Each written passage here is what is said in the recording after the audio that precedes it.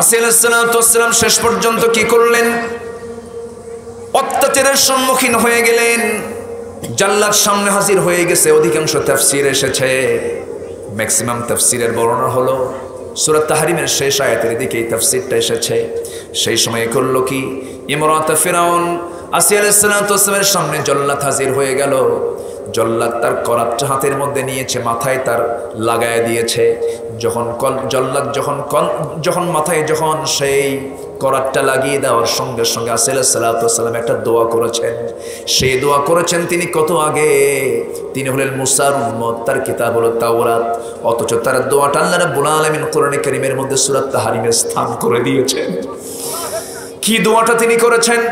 সেই দোয়াটা হলো রব্বি বিনিলি ইনদাকা বাইতান ফিল জান্নাতি ওয়া নাজ্জিনি মিন ফিরআউনা ওয়া আমালিহি।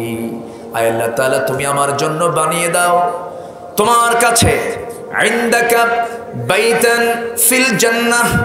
ইনদাকা মানে তোমার কাছে, ও আল্লাহ তোমার কাছে মানে তোমার যার শাজিমটা আছে সে আর শাজিমের সাথে বাইতান একটা ঘর, ছোট্ট একটা ঘর তুমি আমাকে দিবা, কিন্তু তোমার কাছে যেন সেই ঘরটা হয়। জোরে কোন সুবহানাল্লাহ। আল্লাহকে কত কাছে টানলে পরে এই ধরনের দোয়াটা হয়। তুমি আমাকে সেই ঘরটা দিবা। ওয়ানাজ্জিনি মিন ফিরাউনের অনিষ্ট থেকে তুমি আল্লাহ আমাকে বাঁচায় দিবা, এবং তার দুষ্কর্ম থেকে তুমি আমাকে বাঁচায় দিবা। হাসতে হাসতে তিনি দুনিয়া থেকে বিদায় নিয়ে নিলেন, কিন্তু তিনি তার ইমানটাকে পরাজিত করলেন না। ইমানটাকে তিনি বিজয়ী করে গোটা দুনিয়ার সমস্ত মুসলমান নরনারীকে জানিয়ে দিল, দুনিয়ার মুসলমান নরনারীরা ইমানটাকে যত্ন করতে গিয়ে হাসতে হাসতে আল্লাহর পথে জীবন দিতে হয়। যেরকম সুবহানাল্লাহ। আমার ভাইয়েরা, ওয়ামিলুস সালিহাত, নেক আমল, ইমানদারদের 7টা গুণ। নাম্বার 1 হলো নামাজ দিয়ে শুরু। ওয়াল্লাযীনা হুম আলা সালাতি ওয়াল্লাযীনা হুম আনি قد أفلح المؤمنون الذين هم في صلاتهم خاشعون। ওই সমস্ত মুমিনরা সফল কাম যারা নামাজটাকে খুশুর সঙ্গে আদায় করে। ওয়াল্লাযীনা হুম আনিল লাগবি মুরিদুন। নাম্বার 2, জিহ্বা থেকে অনর্থক কথা মুখ থেকে বের করে না। নাম্বার 3, যারা যাকাতটা ঠিক মতো আদায় করে। নাম্বার 4, ওয়াল্লাযীনা হুম লিফুরুজিহিম হাফিজুন, যারা লজ্জাস্থানকে হেফাজত করে। রাসূল বললেন 2টা জিনিসের জামিন হবে তুই আমার কাছে, আমি তোর জন্য বেহেশতের জামিন হব। একটা জিহ্বা ঠিক রাখো, আরেকটা লজ্জাস্থান ঠিক রাখো। জোরে বলি আল্লাহু আকবার। আযমানু লাহুল জান্নাহ। নাম্বার 5 হলো ওয়াল্লাযীনা হুম লিআমানাতিহিম ওয়াহাদিহিম রাউন। ইমানদার তারা যারা 5 নাম্বার যারা ওয়াদা ঠিক রাখবে, যারা আমানত ঠিক রাখবে। ক্বাবলা আন তানফাদা কালিমাতি রাব্বি লানাফিদাল বাহরু ক্বাবলা আন তানফাদা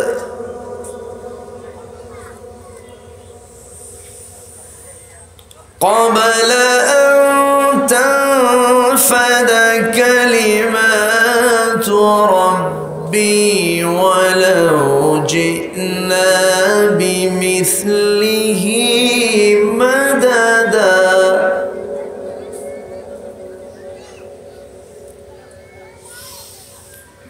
الله أكبر بسم الله الرحمن الرحيم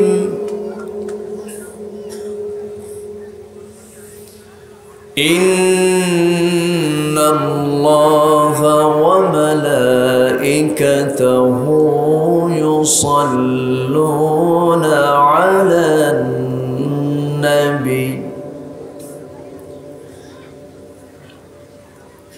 يا أيها الذين آمنوا صلوا عليه وسلموا تسليما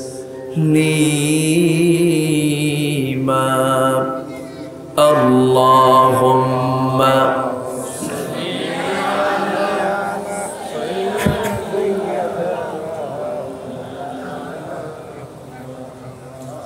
وعلى آل سيدنا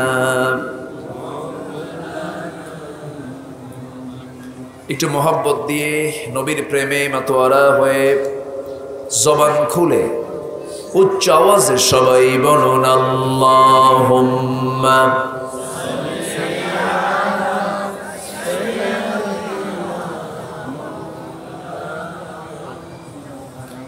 ওয়া আলা আলি সাইয়্যিদিনা সবাই বলুন বালাগাল উলা বিকামালিহি কাশাফাত তুজা বিজামালিহি হাসানাত জামিউ খিসালিহি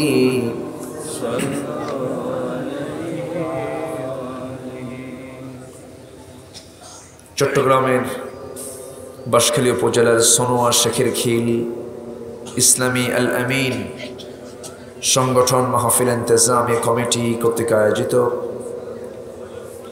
22 জানুয়ারি অনুষ্ঠিত 20তম তাফসীর মাহফিল 2023 আজকের এই মহৎ আয়োজনের সম্মানিত সুযোগ্য সভাপতি পীর কামিল শাহ সফি মাওলানা ইসহাক হুজুর হাফিজাহুল্লাহ, আজকের মাহফিলের সম্মানিত মেহমানবৃন্দ, হযরত উলামায়ে কেরাম, ফদলায়ে ইজম, সুশীল সমাজ, জাতির শ্রেষ্ঠ সন্তান, শিক্ষক মণ্ডলী, সামনে উপস্থিত দূরে কাছের বিভিন্ন স্থান থেকে ছুটে আসা কালেমার ঝান্ডাবাহী, তাওহীদের পতাকাবাহী, দ্বীন ইসলামের নরসারদুল বীর মুজাহিদ, প্রাণ প্রিয় সম্মানিত দ্বীনি ভাইরা, আড়ালে বসে আছেন শ্রদ্ধেয়া সম্মানিতা মা বোনেরা, আলোচনার সূচনায় আনুষ্ঠানিকতার মধ্য দিয়ে আমার পক্ষ থেকে আবারও দিল খোলা সালাম, আসসালামু আলাইকুম ওয়া রাহমাতুল্লাহি ওয়া বারাকাতুহু। সবাই কেমন আছেন? আপনি কেমন আছেন? ওনারা বেগুন কেন আছেন? ভালো, আলহামদুলিল্লাহ। আমি ভালা। আলহামদুলিল্লাহ। কথা তো ধরা খেয়ে যায়, পারি না তো। তবে আপনাদের ভাষা আমি বুঝি, গালি দিলে বেশি টের পাই। সম্মানিত হাজিরিন, আল্লাহ তাআলা আমাকে আপনাকে সুস্থ রেখেছেন, আলহামদুলিল্লাহ। এর চেয়ে বড় কিছু আছে? ইগতানিম খামসান ক্বাবলা খামসিন, 5টি অবস্থা আসার আগে 5টি অবস্থাকে গনিমত মনে করো। বলেছেন মুহাম্মদ সাল্লাল্লাহু আলাইহি ওয়াসাল্লাম, শাবাবাকা ক্বাবলা হারামিক, সিহহাতাকা ক্বাবলা মারাদিক, গিনাকা ক্বাবলা ফাকরিক, ফিরাগাকা ক্বাবলা শুগলিক, হায়াতাকা ক্বাবলা মাউতিক, আও কামা ক্বালা আলাইহিস সালাতু ওয়াস সালাম। রাসূল বলেছেন, বার্ধক্যের পূর্বে যৌবনের, অসুস্থের পূর্বে সুস্থতার, ব্যস্ততার পূর্বে অবসরের, এরপরে অসচ্ছলতার পূর্বে সচ্ছলতার, মৃত্যুর পূর্বে জীবনকে তোমরা গনিমত মনে করো, বলেছেন মুহাম্মদ সাল্লাল্লাহু আলাইহি ওয়াসাল্লাম। তো আমরা সুস্থ আছি, অসুস্থের যন্ত্রণাটা কি এটা হসপিটালে না ভর্তি হওয়া পর্যন্ত এটা বোঝা যাবে না। আমরা সুস্থ আছি, সবল আছি, এটাই পৃথিবীর সবচেয়ে বড় একটা নিয়ামত। বলি আলহামদুলিল্লাহ। সম্মানিত হাজিরিন, আমি আলোচনার সূচনায় আমি খুবই পরিচিত সূরা কাহাফের শেষ দিকের কয়েকটা আয়াত আমি তেলাওয়াত করেছি। আমার হাতে সময় আজকে খুবই কম, হয়তো অনেকে মনক্ষুণ্ণ হতে পারেন, হয়তো অনেকে আসবেন আমাকে পাবেন না, এটাও হতে পারে, এটাই হবে। আমার নির্দিষ্ট শিডিউলটা ছিল হলো আজকে বাদুল আসর, আসর পর। তো সেখানে কমিটিদের চরম অনুরোধের কারণে তারা অত্যন্ত বিনয়ী, আলহামদুলিল্লাহ, বলেছেন হুজুর আপনি মাগরিবের পরে অন্তত আপনি সালামটা দিবেন, কিন্তু আসর পরে তো এলাকার মানুষ কর্মজীবী বেশি, তারা মাঠে আছে, এই জন্য আমি মূলত আজকে ব্যাখ্যামূলক কোনো কথা বলার জন্য আমি আজকে উঠিনি, মূলত একটু কুশল বিনিময় কিছু কথা আমি বলতে এসেছি। সম্মানিত ভাইয়েরা, সম্মানিত বন্ধুগণ, আল্লাহ তাআলা আমাকে আপনাকে নির্দিষ্ট একটি সময় দিয়ে পাঠিয়েছেন। এই পৃথিবীতে সবচেয়ে দামি জিনিস হলো সময়, দ্য টাইম। এই জন্য আল্লাহ তাআলা একটা সূরাও নাজিল করেছেন, ওয়াল আসর, সময়ের কসম। পৃথিবীতে সবচেয়ে বড় অপরাধ হলো আল্লাহর কাছে সময়কে নষ্ট করা। সময়কে নষ্ট করার কোনো সুযোগ নাই। সময় দিয়েছেন কেন? আল্লাহ রাব্বুল আলামিন বলেন, হুয়াল্লাযী খালাকাল মাউতা ওয়াল হায়াতা লিয়াবলুয়াকুম আইয়ুকুম আহসানু আমালান ওয়া হুয়াল আজিজুল গফুর। তিনি সেই মহান সত্তা যিনি মৃত্যু জীবন সৃষ্টি করেছেন যেন তিনি বুঝে নিতে পারেন তোমাদের মধ্যে কোন কোন বান্দাগুলো নেক আমল করে যেতে পারে। এই জন্য আমরা দুনিয়াতে এসেছি, এই সময়ের মধ্যে আমরা ভালো কাজ করব না মন্দ কাজ করব? ভালো কাজগুলো আমাকে আপনাকে করে যেতে হবে। ভালো কাজের ফলাফল কি? সূরা কাহাফ, সূরা কাহাফ। কাহাফ মানে হলো গুহা। আসহাবে কাহাফ, أن أصحاب الكهف والرقيم كانوا من آياتنا عجبا। আসহাবে কাহাফ গুহাবাসী, যে গুহাবাসী এখনো ঘুমাচ্ছে, তারা কিয়ামত পর্যন্ত ঘুমাবে। তারা এই সমস্ত বান্দাগুলো হিজরত করে, দেশ ছেড়ে, পরিবার ছেড়ে, সমাজ ছেড়ে তারা আল্লাহর সন্তুষ্টির জন্য তারা হিজরত করেছিলেন। আল্লাহ তাদেরকে কবুল করে নিয়ে তাদেরকে এমন একটা আরামের ঘুম দিয়েছেন, কিয়ামত পর্যন্ত তারা আল্লাহর নিরাপত্তায় ঘুমাবে। যেরকম সুবহানাল্লাহ। সেই আসহাবে কাহাফের নামে সূরার নামকরণ করা হয়েছে। সেই সূরা কাহাফের শেষ দিকের আয়াত আল্লাহ রাব্বুল আলামিন বলছেন, বান্দা জান্নাতুল ফিরদাউস পেতে চাও নাকি? জান্নাত মোট কয়টা বলেন? বলুন, জান্নাত মোট কয়টা? একটু ভালো করে বলতে হবে, বলুন কয়টা? জান্নাত মোট কয়টা? 8টা। বলেন কয়টা জান্নাত? 8টা। সবাই কি 8 জান্নাত নিয়ে থাকবে? একটা ব্যক্তি কয়টা জান্নাত পাবে? একটা জান্নাত পাবে। তার ক্লাস অনুযায়ী কে পাবে জান্নাতুল আদন, কেউ পাবে জান্নাতে মাওয়া, কেউ পাবে জান্নাতুল খুলদ। এরকম করে আল্লাহ তাআলা 8টা জান্নাত দিয়েছেন। নাম্বার টপ হলো আল্লাহ রাব্বুল আলামিন বান্দাকে বলছেন, বান্দা তুমি যদি 2টা আমল করো আমি তোমাকে জান্নাতুল ফিরদাউস দিয়ে দেব। আল্লাহ রাব্বুল আলামিন বলেন, ইন্নাল্লাযীনা আমানু ওয়া আমিলুস সালিহাতি কানাত লাহুম জান্নাতুল ফিরদাউসি নুজুলা খালিদিনা ফিহা লা ইয়াবগুনা আনহা হিওয়ালা। জোরে বলুন আল্লাহু আকবার। নাম্বার 1 হলো ঈমান যারা ঠিক মতো আনবে, ঈমানের ভিতরে যারা গলত রাখবে না। আমাদের দেহের ভিতরে ক্যান্সার আসে, মানুষের দেহের মধ্যে ক্যান্সার আসে কিনা বলেন? ক্যান্সার আসে, রোগ আসে, বালাই আসে। তেমনি মানুষের ঈমানের মধ্যে ঈমানের কিছু ক্যান্সার এসে যায়, যার কোনো অ্যান্সার নাই জাহান্নাম ছাড়া। ঈমানকে প্রশ্নবিদ্ধ করা যাবে না, ঈমানকে রোগী বানানো যাবে না, ঈমানকে নষ্ট করা যাবে না। ওযু নষ্ট হলে ওযু করে ওযু ঠিক করে নিতে হয়। ঈমান নষ্ট হলো, ঈমান ঠিক করার দরকার আছে না নাই? আসতে বলবেন না, আছে না নাই? সবার আগে ঈমান আগে মজবুত করতে হবে। এটা হলো ফান্ডামেন্টাল দিক। আপনি দান করলেন, ঈমান নাই। আপনি সুন্দর সত্য কথা বললেন, ঈমান নাই, কাম হবে না। এই পৃথিবীর এই পৃথিবীর একজন সবচেয়ে ধনী মানুষের একজন বিল গেটস, সে তার সমস্ত সম্পত্তির অর্ধেক সে রেড ক্রসকে দান করেছে। এই যে বিশাল বড় দান, সে কি জান্নাত পাবে নাকি? কি নাই? আসতে বলবেন না, কি নাই? ঈমান নাই।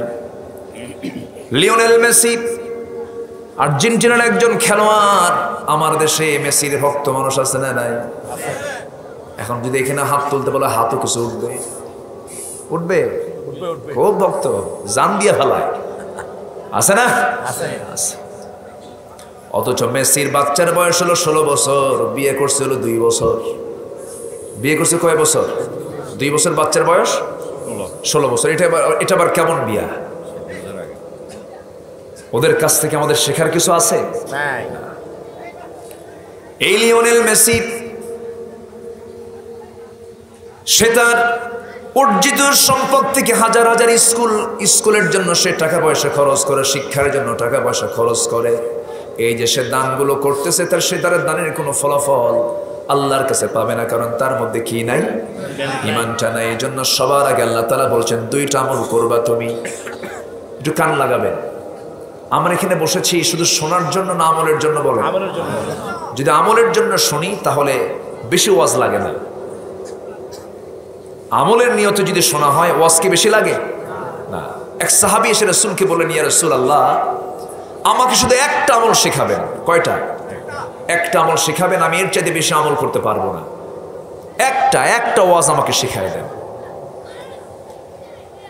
ওই সাহাবীর নিয়ত ছিল ভালো,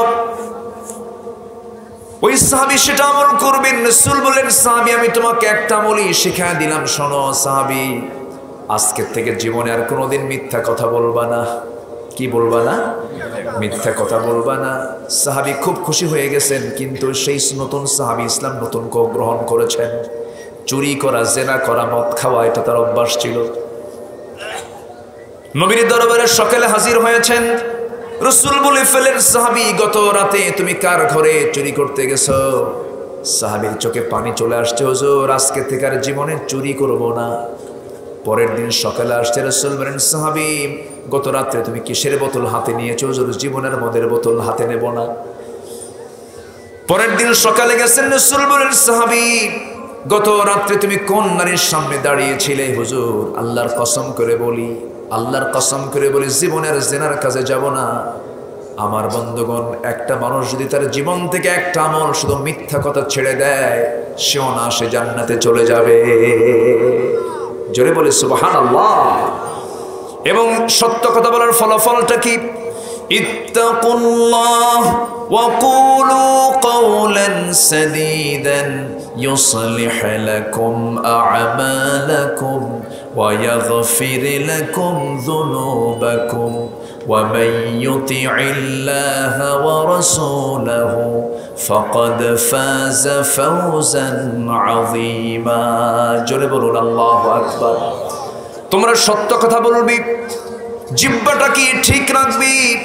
বান্দা যখন সকালবেলা ঘুম থেকে ওঠে, মাথা থেকে পা পর্যন্ত, ফাইনাল আ'দা কুল্লা শাইইন তাকফুরুল লিসান, সমস্ত অঙ্গ প্রত্যঙ্গগুলো সব জিহ্বার কাছে আসে। কার কাছে আসে? জিহ্বার কাছে সকালবেলা হাজির হয়। মাথা থেকে পা পর্যন্ত, হাত, পা, চোখ, কান, নাক, সবকিছু জিহ্বার কাছে আসে। দেহের রাজধানী হলো জিহ্বা। জিহ্বার কাছে সে বলে, ইত্তাকিল্লাহা ফিনা, তুমি আল্লাহকে আমাদের জন্য ভয় করো, কারণ আমরা তোমার সঙ্গে সর্বক্ষণ থেকে যাই। তুমি জিহ্বা যদি ঠিক থেকে যাও, আমরাও ঠিক থেকে যাব, আর তুমি যদি ব্যাঠিক হয়ে যাও, আমরাও ব্যাঠিক হয়ে যাব। এই জন্য আমার বন্ধুগণ, মুসলমান কথা বলবে এক জবানে না 2 জবানে? এক জবানে। জিহ্বার কন্ট্রোল তো ঈমান কন্ট্রোল। মিথ্যা নাই তো তার ঈমান ঠিক আছে? মিথ্যা কথা বলা ঈমানদারের কাজ না মুনাফিকদের কাজ? ঈমানদারের কাজ না মুনাফিকের কাজ? আল্লাহু ইয়াশহাদু ইন্নাল মুনাফিকিনা লাকাযিবুন। আল্লাহ নিজে সাক্ষ্য দিচ্ছেন, মুনাফিকরাই সবচেয়ে বড় মিথ্যাবাদী। এই জন্য মাঝে মাঝে আমার নবী, এক সাহাবীর হাতের মধ্যে মুনাফিকদের তালিকা ছিল। নবীজি তার হাতে তালিকা রেখে দিয়েছিলেন। নবীর পিছনে নামাজ পড়তো, কিন্তু 82 জন মুনাফিক নবীর পিছনে তারা ইক্তেদাও করত। মুনাফিকদেরকে চেনা বড় কঠিন। মাথায় টুপি আছে, মুখে দাঁড়িয়ে আছে, পরনে জুব্বাও আছে, 5 ওয়াক্ত নামাজও পড়ে। নামাজ পড়ে ইমামের পেছনে। নেতা মানে হলো বেনামাজি নেতা। আছে না নাই? আজকের সমাজে নাই? আমার নবীর পিছনেও মুনাফিকরা নামাজ পড়তো। নবীর পিছনে ওয়াজ শুনতো, মনোযোগ দিয়ে চোখের পানি ফেলে ফেলে কাঁদতো তারা। নামাজ পড়তো নবীর পিছনে। নেতা মানতো আবু জেহেলকে। নেতা মানতো কাকে? আবু জেহেলকে। এই চরিত্রে মানুষ তো বাংলার জমিনে নাই। আসতে বলে আছে আছে না নাই? আছে। ইমানকে সলিড রাখতে হবে। ইমানকে কখনো প্রশ্নবিদ্ধ করা যাবে না। ইমানকে নিফাক মুক্ত রাখতে হবে, ইমানকে জুলুম মুক্ত রাখতে হবে, শিরিক মুক্ত রাখতে হবে, বেদাত মুক্ত রাখতে হবে। আল্লাহ তাআলা অন্য জায়গায় বলছেন, ওয়াল্লাযীনা আমানু ওয়া লাম ইয়ালবিসু ঈমানাহুম বিযুলমিন উলাইকা লাহুমুল আমনু ওয়া হুম মুহতাদুন। ঈমান যারা আনবে এবং ঈমানকে যারা জুলুম দ্বারা যারা আচ্ছাদন করবে না, জুলুম মুক্ত যারা, শিরিক মুক্ত যারা রাখবে, ইন্না শিরকা লাযুলমুন আযীম, শিরিকটা হলো মস্ত বড় জুলুম। কারণ আল্লাহ তাআলা বলছেন, বান্দা সকল গুনাহ মাফ করব, সকল গুনাহ মাফ হয়ে যাবে, কিন্তু শিরকের গুনাহ তুই করবে, আমি তোকে কখনো মাফ করব না। কার ওয়াদা? আসতে বলবেন না, কার ওয়াদা? আল্লাহর ওয়াদা। এই জন্য আমরা ঈমানকে নষ্ট করব না, ঈমানের আমরা যত্ন করব। জোরে বলি ইনশাআল্লাহ। ওযু নষ্টের কারণ কয়টা যদি প্রশ্ন করা হয়, অনেকেই জবাব দিতে পারবেন। ওযুর ভঙ্গের কারণ আমরা জানি, এরপরে নামাজ ভঙ্গের কারণগুলো আমরা জানি, কিন্তু ঈমান কেন ভঙ্গ, ঈমান ভঙ্গের কারণ তো সবার জানা নাই। ঈমান ভঙ্গের 1 নাম্বার কারণ হলো, যে বান্দা শিরকের কাজ করবে। কিসের কাজ করবে? শিরকের কাজ করবে। শিরকের কাজে আমরা যাব না। জোরে বলি ইনশাআল্লাহ। আরো জোরে বলি ইনশাআল্লাহ। আল্লাহ কবুল করুন। জোরে বলি আমিন। আমার ভাইয়েরা, ঈমানটাকে সলিড রাখতে হবে। ঈমান যদি ফ্রেশ থেকে যায়, ঈমান যদি রোগমুক্ত থেকে যায়, ঈমান যদি কুফরি মুক্ত থেকে যায়, তাহলে সে প্লাস পয়েন্টে থেকে গেল, তার জন্য জান্নাতটা সহজ হয়ে গেল। কিন্তু যে ঈমানদার, তার ঈমানদারের মধ্যে তার কিছু গুণ থাকার দরকার আছে না নাই? কোথাও যদি ধোঁয়া ওড়ে, বুঝতে হবে ধোঁয়ার নিচে কি আছে। বলেন কি আছে? কোন ঘরের মধ্যে যদি এখানে গোবর, এখানে গোবর, এখানে গোবর, দেখেন সেটা কিসের ঘর হবে? গোয়াল ঘর। কিসের ঘর? গোয়াল ঘর। ধোঁয়া মানে নিচে আগুনের অস্তিত্ব। ঠিক তেমনি আমি যে ঈমানদার, ঈমানদারের কিছু সিমটম আছে। আল্লাহ রাব্বুল আলামিন বলছেন, যে বান্দার মধ্যে আমি 7টা গুণ পাবো, আমি তাকে জান্নাতুল ফিরদাউসের ওয়ারিস বানায় দেব। জোরে কোন সুবহানাল্লাহ। জোরে বলেন সুবহানাল্লাহ। 7টা গুণ, এটা হচ্ছে ঈমানদারের লক্ষণ। আমার ভাইয়েরা, তাহলে মিলাই নেব আমরা। যদি এগুলোর সাথে মিলে থেকে যায়, আমি ঈমানদার হতে পেরেছি। জান্নাত যদি মিল থেকে যায়, আমি ঈমানদার হতে পারি নাই। আমাকে ঈমানদার হতেই হবে। এটা আমার আপনার জন্য চ্যালেঞ্জ। এই দুনিয়াতে এসেছি আমরা আল্লাহর কাছে ফিরে যেতে চাই, জান্নাতের আশায় না, জাহান্নামের আশায়। কিসের আশায়? আমাদের বাপের ভিটা কোথায়? অনেকে চিন্তা করতেছেন যে সোনুয়া কোথায়, বাপের ভিটা কোথায়? বলেন। জান্নাতে সবাই যাবেন না? সবাই সেই জান্নাতে যেতে হলে, জান্নাত তো বহুদূর। আল্লাহর স্পেশাল ফ্লাইট স্যার, আমরা জান্নাত পাবো না। ফ্লাইট লাগবে। কার ফ্লাইট? এই দুনিয়াতে বসেই আমার নবীজি আল্লাহ তাআলার স্পেশাল ফ্লাইটে করে জান্নাত দেখে এসেছেন। আসেন নাই? আল্লাহর বাড়ি দেখে এসেছেন। কেউ যদি জান্নাত পেতে চায়, আল্লাহর আরশ আজিমের আশেপাশেই তো জান্নাত। সেই জান্নাতে যেতে হলে ফ্লাইটে চড়তে হবে। কার ফ্লাইটে? কার ফ্লাইটে? আল্লাহর ফ্লাইটে। পৃথিবী থেকে তো অনেক দূর, কেমনে যাবেন আপনি? মানুষ নাকি আগে বানর ছিল, বুঝলেন? আমরা জান্নাত থেকে আসলাম আর আমাদেরকে বানর বানায় ফেললো। দেখেন কিন্তু কথা নাকি? হ্যাঁ,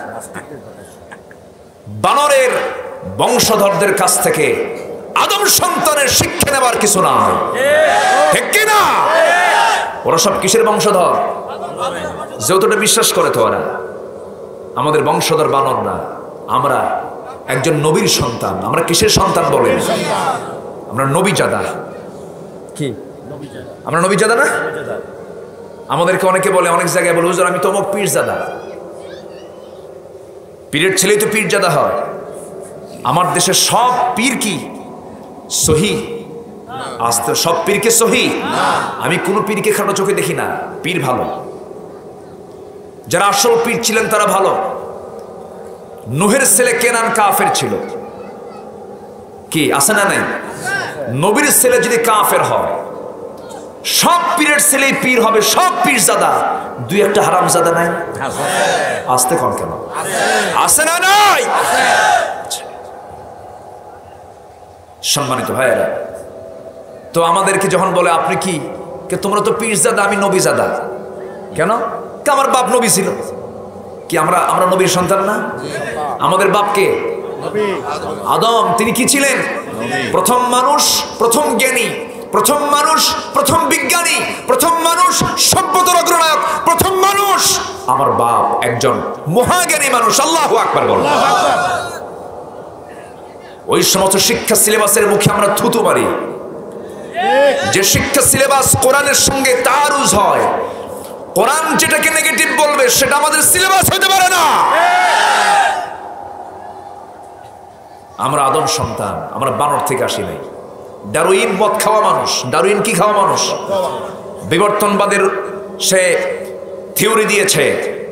ডারউইন বলেছে মানুষটাকে আগে বানর ছিল, পিছনে লেজ ছিল, লেজ দিয়ে চলতে চলতে হাঁটতে হাঁটতে ডালে ডালে ঘুরতে ঘুরতে লেজটা পিছন থেকে পড়ে গিয়ে মানুষ হয়ে গেছে। মানুষটা কাউ আল্লাহ জানে। সম্মানিত ভাইয়েরা, আমাদের নির্দিষ্ট স্থান হলো আমরা জান্নাতে যাব। কোথায় যাব আমরা? সেই জান্নাত যাওয়ার জন্য আমাদের ফ্লাইটে চড়তে হবে। কার ফ্লাইটে? দুটো কাজ করতে হবে, আমলে সালেহ আর ঈমানটা ভালো করে আনতে হবে।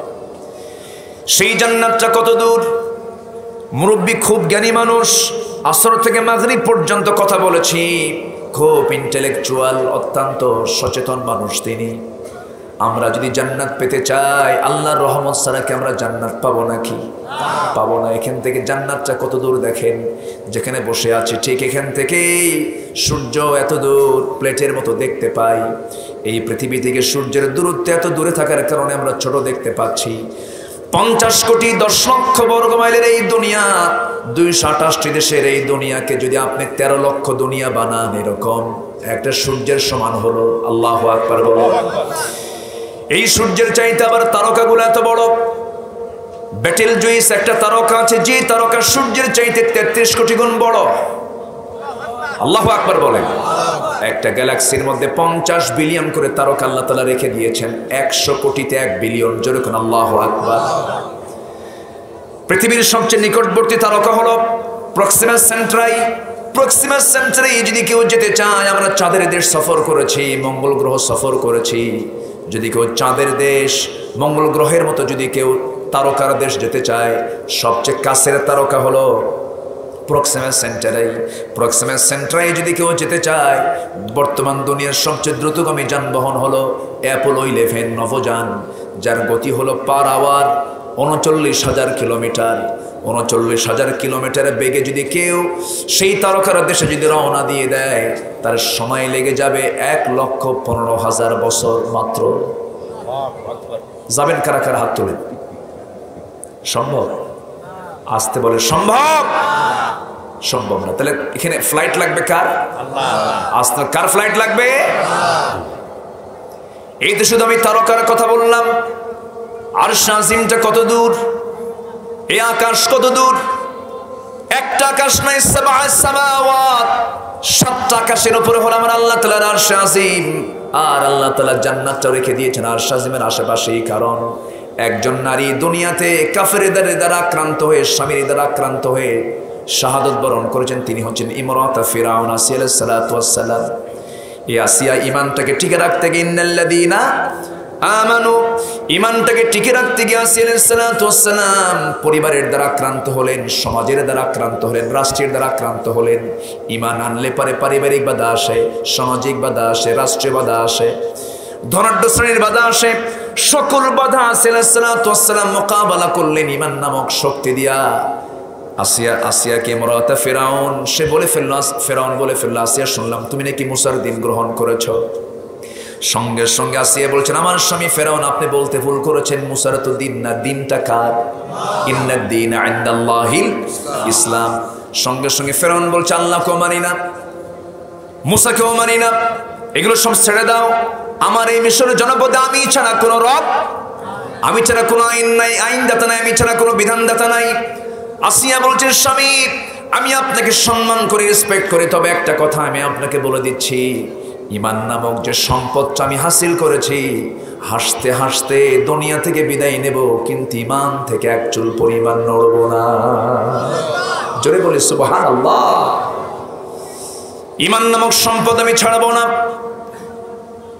এবার ফেরাউন বলছে, আসিয়া আমি তোমাকে কি সম্মান দিলাম না, আমি তোমাকে ফার্স্ট লেডি করেছি, এই মিশরের জনপদের তুমি হলো সেকেন্ড ম্যান, তুমি হলে আমার পরে তোমার দাম, এত বড় সম্মানজনক চেয়ার আমি তোমাকে দিয়ে দিলাম। ইসলাম যদি না ছেড়ে দাও, ইমানটা যদি না ছেড়ে দাও, আমি তোমাকে দুনিয়া থেকে বিদায় করে দেব, করাত নিয়ে আসবো, জাল্লাত নিয়ে আসবো।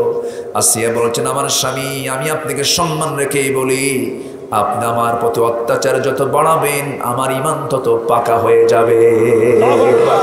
জোরে বলে সুবহানাল্লাহ। পুরুষ না মহিলা? বলেন পুরুষ না মহিলা? আমার নবীর এক সাহাবী ছিলেন মহিলা, সুমাইয়া। আল্লাহু আকবার। আমাকে যদি কেউ বলে আমার মেয়ের নাম কি রাখবো, আমাদেরকে অনেকে বলে দেই সুমাইয়া রাখো। আবার যদি বলে হুজুর এটা নাম কমন, মারিয়াম রাখো। কেন? মারিয়াম নামের সূরাতে একটা মহিলার নাম আসছে মারিয়াম, তাছাড়া কোনো মহিলার নাম নাই। আল্লাহু আকবার বলো, রেখে দাও সুমাইয়া। আমার ভাইয়েরা, অনেক মারা মাহফিল শুনছেন, মাদেরকে বলি, আসিয়া আলাইহিস সালাতু ওয়াস সালাম শেষ পর্যন্ত স্বামীর হাতে জীবন দিচ্ছেন। রাষ্ট্র তার বিরুদ্ধে, সমাজ তার বিরুদ্ধে, ধনাঢ্য শ্রেণী তার বিরুদ্ধে, অথচ তার সম্মান পজিশনটা ছিল কোথায়? ফার্স্ট লেডির মর্যাদা ছিল দুনিয়াতে, সব পেয়েছিলেন তিনি। রাষ্ট্র পেয়েছিলেন, ক্ষমতা পেয়েছিলেন, পাওয়ার পেয়েছিলেন, সব পাওয়ার পরও তিনি সব মাইনাস করলেন কিসের কাছে? ঈমান। বলেন বলেন কিসের কাছে? ঈমানটাকে রক্ষা করতে গিয়ে সব ছেড়ে দিলেন। কিন্তু মুনাফিকরা তা পারে না। মুনাফিকরা দুনিয়াও চায়, ঈমানও চায়। আছে না নাই? আছে না নাই? আসিয়া আলাইহিস সালাতু ওয়াস সালাম শেষ পর্যন্ত কি করলেন? অত্যাচারের সম্মুখীন হয়ে গেলেন। জাল্লাদ সামনে হাজির হয়ে গেছে। অধিকাংশ তাফসীর এসেছে, ম্যাক্সিমাম তাফসীরের বর্ণনা হলো সূরা তাহরিমের শেষ আয়াতের দিকে এই তাফসীরটা এসেছে। সেই সময় করলো কি? ইমরাত ফিরাউন আসিয়া আলাইহিস সালাতু ওয়াস সালামের সামনে জল্লাদ হাজির হয়ে গেল। জল্লাদ তার করাতটা হাতের মধ্যে নিয়েছে, মাথায় তার লাগায় দিয়েছে। জল্লাদ যখন মাথায় যখন সেই করাতটা লাগিয়ে দেওয়ার সঙ্গে সঙ্গে আসিয়া আলাইহিস সালাতু ওয়াস সালাম একটা দোয়া করেছেন। সেই দোয়া করেছেন তিনি কত আগে। তিনি হলেন মুসার উম্মত, তার কিতাব হলো তাওরাত। অথচ তার দোয়াটা আল্লাহ রাব্বুল আলামিন কোরআনে কারীমের মধ্যে সূরা তাহরিমে স্থান করে দিয়েছেন। কি দোয়াটা তিনি করেছেন?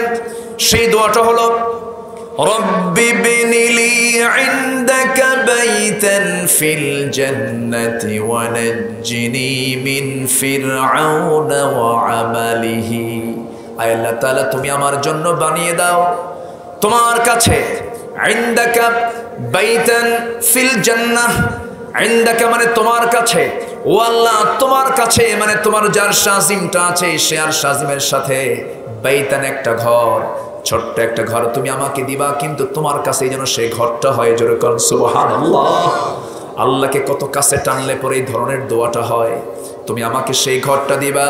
ওয়ানাজ্জিনি মিন ফিরাউন, ফেরাউনের অনিষ্ট থেকে তুমি আল্লাহ আমাকে বাঁচায় দিবা, এবং তার দুষ্কর্ম থেকে তুমি আমাকে বাঁচায় দিবা।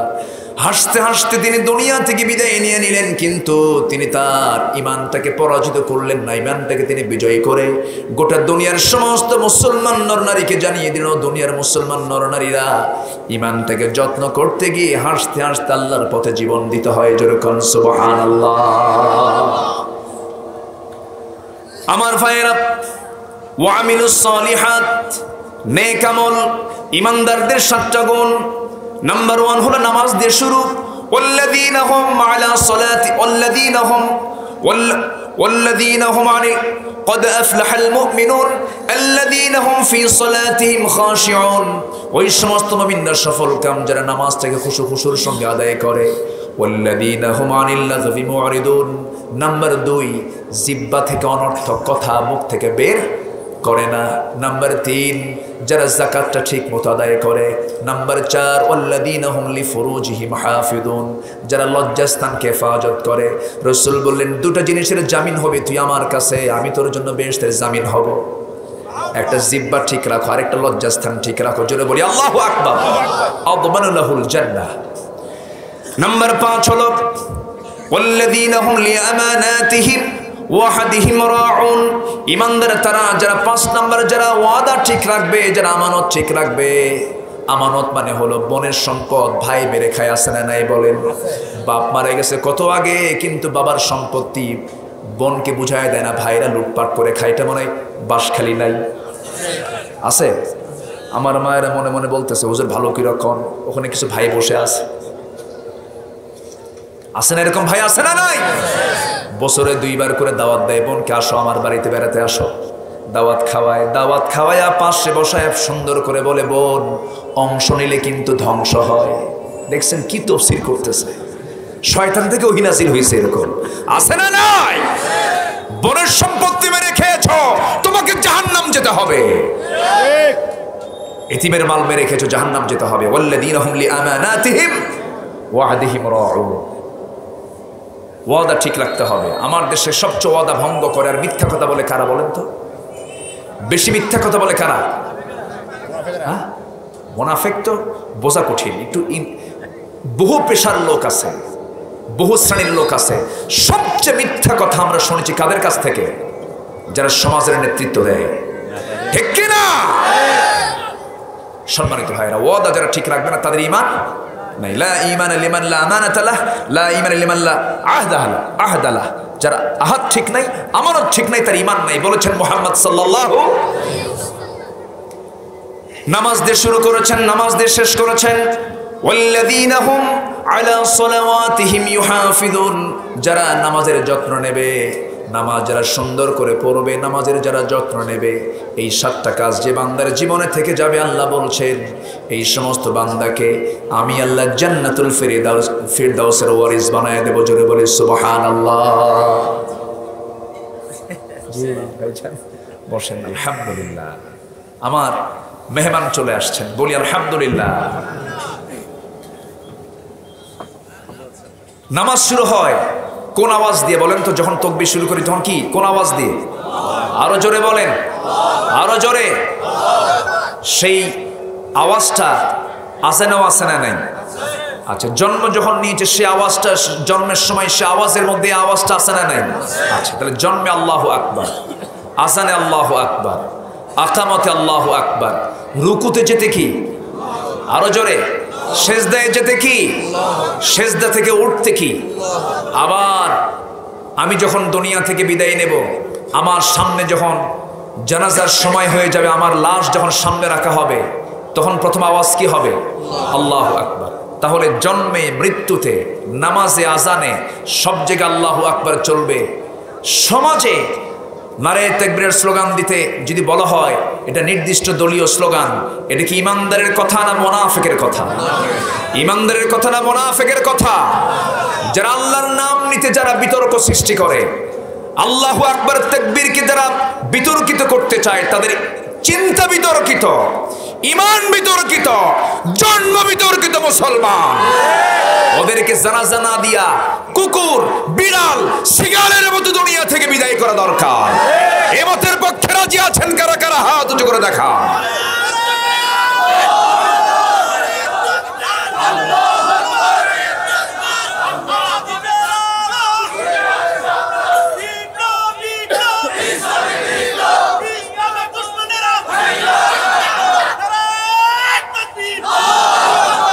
সব বাদ দেব, আল্লাহকে বাদ দেওয়া যাবে?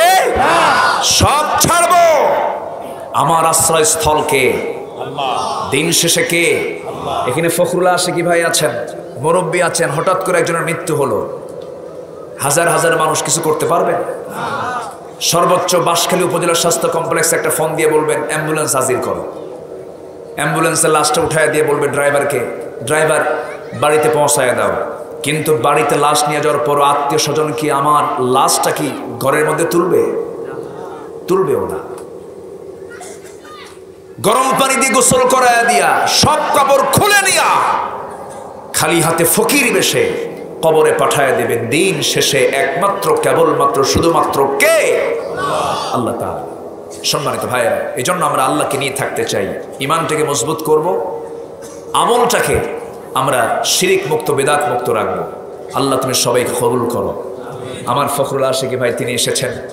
আমার শিডিউল ছিল বাদ আসর, ঠেলে ঠেলে মাগরিবে চলে আসছে। আমার প্রোগ্রাম আছে, আরও জায়গায় যেতে হবে আমাকে। তা একটা পাখি দুটা ডানায় চলে, যদি এক ডানা যদি ভেঙে দেওয়া হয়, পাখি কি উড়বে আকাশে? উড়বে না। এই জন্য আমি সবার কাছে দোয়া চাচ্ছি, এবং যতটুকুন কথা বলেছি যদি আমল হয় জান্নাতে যাওয়ার জন্য এটাই যথেষ্ট। জোরে বলে সুবহানাল্লাহ, জোরে বলে সুবহানাল্লাহ। সুবহানাকাল্লাহুম্মা বিহামদিকা আশহাদু আল লা ইলাহা ইল্লা আনতা আস্তাগফিরুকা ওয়া আতুবু ইলাইক।